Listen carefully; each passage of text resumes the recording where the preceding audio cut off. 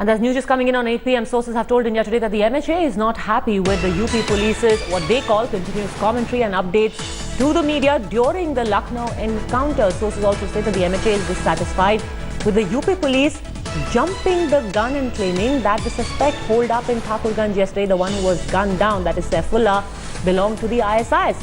Daljit is joining us on the phone line for more details on that. Yes, Kamal. Well, Padmaja, that's absolutely true. This was obviously during a live operation which was taking place.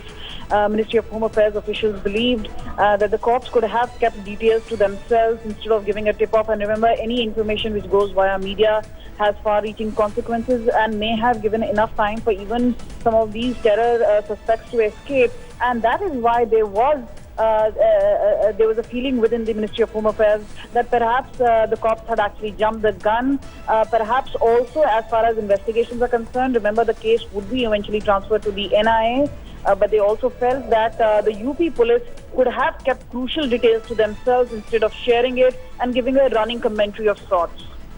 All right, Kamaljit Sandhu, thank you very much for joining us on that bit of breaking news. Apparently, it's also the Telangana police which was very unhappy with these details being put out because they felt that their intelligence wing, as a result, was in fact exposed and compromised. But Saifullah and the others who have been arrested are just cogs in the wheel in this bigger module, this bigger plan which is being hatched against India. A powerful ISIS module has been cracked as a result of the encounter that took place yesterday. Also the various arrests. This module is called the Khorasan module and its operations in India are now exposed. We take you inside the Khorasan module.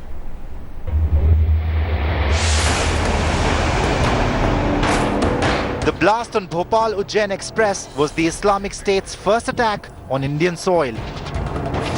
The outfit behind the attack is an offshoot of the dreaded Khorasan module of ISIS, which has slowly spread its tentacles in India.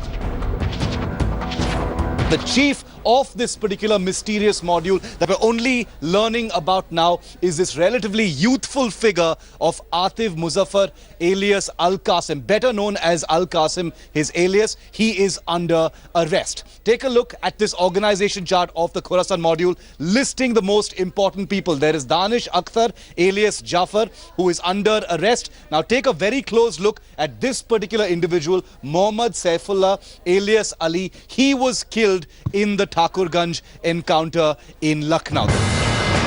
What's striking is that this is a completely homegrown module pledging allegiance to ISIS leader Baghdadi.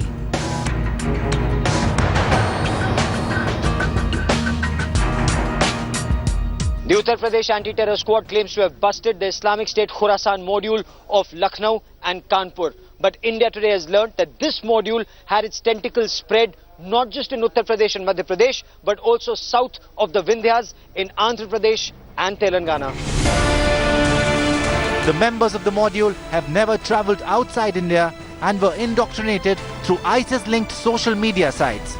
Among those influenced was Saifullah, who was shot dead inside a house in Lucknow on Wednesday. The module had big terror plans. On their target were VVIPs and some Shia shrines. The Islamic State may be retreating in Iraq and Syria, but intelligence agencies fear the ideology is spreading its tentacles across India. The effort is now to de-radicalize youngsters before they're sucked into the ideology of the Islamic State. For that, the government is seeking help not just of community elders, but also NGOs and educational institutions. With Kamaljit Kaur Sandhu and cameraman Yogendra Singh, Gaurav Sawant in Lucknow for India Today. And even as questions over the ISIS's involvement in the Lucknow siege continue to rise, the politics around this encounter and the busting of this ISIS module has already started. This is the worst thing that can happen to an anti-terror operation, politics over internal security. But our politicians never disappoint us.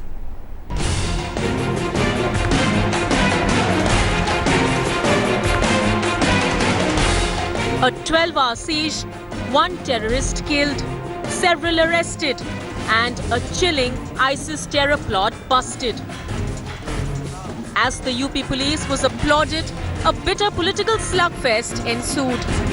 It all started with Madhya Pradesh Chief Minister Shivraj Singh Chauhan dropping the ISIS bomb. बम विस्फोट स्थल से जो सामग्री बरामद हुई, उसके आधार पर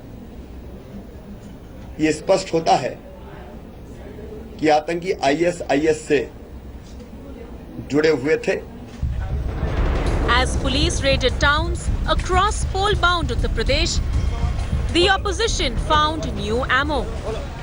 The government hit back, dismissing insinuations of terror being communalized.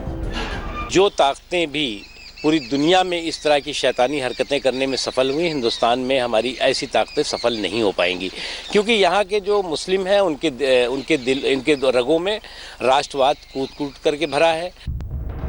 But the Congress went a step ahead, questioning the Prime Minister's motives. With just a few days to go for the UP kingpin to emerge, the BJP trained its guns on the Akhilesh government. As agencies grapple with the growing terror threat, the politicking over the ISIS crisis only undermines its gravity. Bureau Report, India Today.